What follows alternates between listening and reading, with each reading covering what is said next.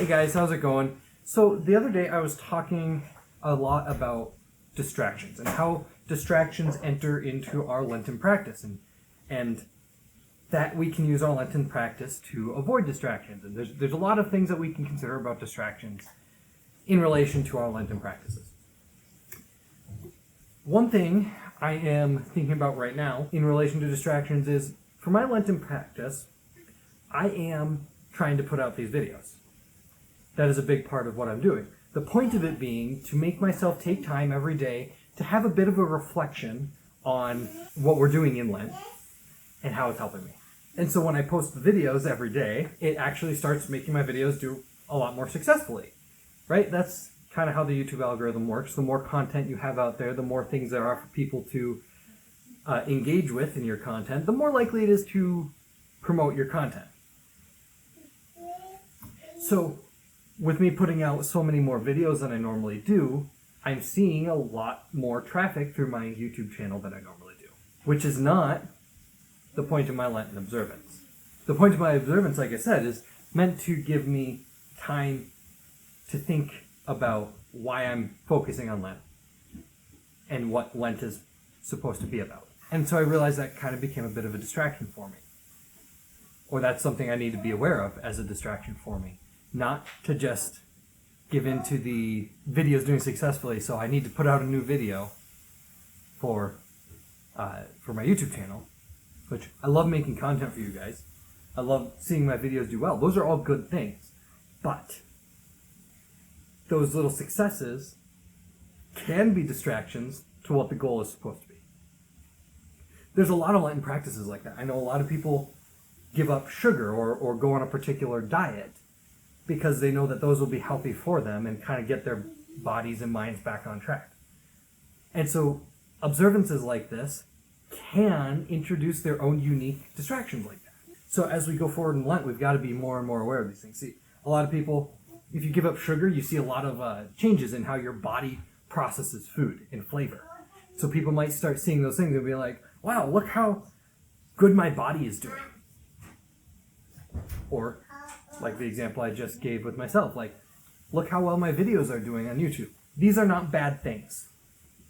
They're not bad things. They're on their own good. But we have to remember why we're doing our practice in the first place. And I feel like this will probably become more relevant to more people later in Lent, especially as we start getting distraught and looking for the little things. Will that be beneficial for me? Is this really working? You know, when we start questioning it because it's just getting hard. So if now we can start acknowledging those little things and acknowledging why we're doing our Lenten practice in the first place, which is not for ourselves. It's not for ourselves. It is to prepare ourselves for Christ. One thing my wife likes to talk about a lot, because we'll get in arguments and she'll bring up, well, I wanted to talk to you about this thing because it's relevant to us, to our relationship. You know, and it might be a hard conversation to have, and it might be something I did wrong, but we end up needing to talk about those things because if we're going to develop our relationship, if we're going to grow closer, those are the things we need to talk about.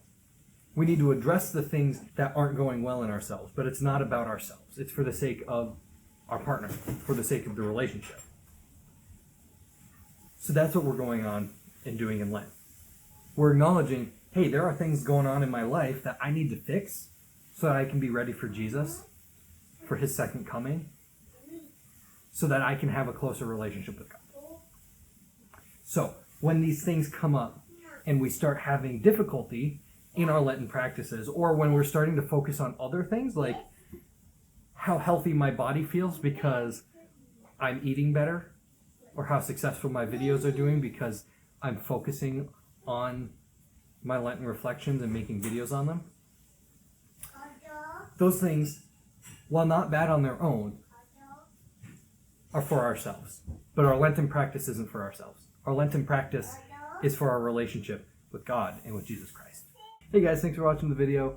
I hope you liked what I had to say. I hope your Lent is going well and that your Lenten practices are helping form you and bringing you closer to Jesus. If you guys like the video, hit the thumbs up button, give it a like. Throw your comments in the comment box. I'd love to hear what you're saying. Somebody just replied to my last video. Thank you so much for that. And they had another comment to say on what I had. I thought that was great. I love that you added that on. Anyway, if you want to see more videos like this, also hit the subscribe button. That way YouTube will continue to offer these videos to you as I get them uploaded and notify you when I upload them. So anyway, thank you guys. I hope you have a blessed Lent and God bless.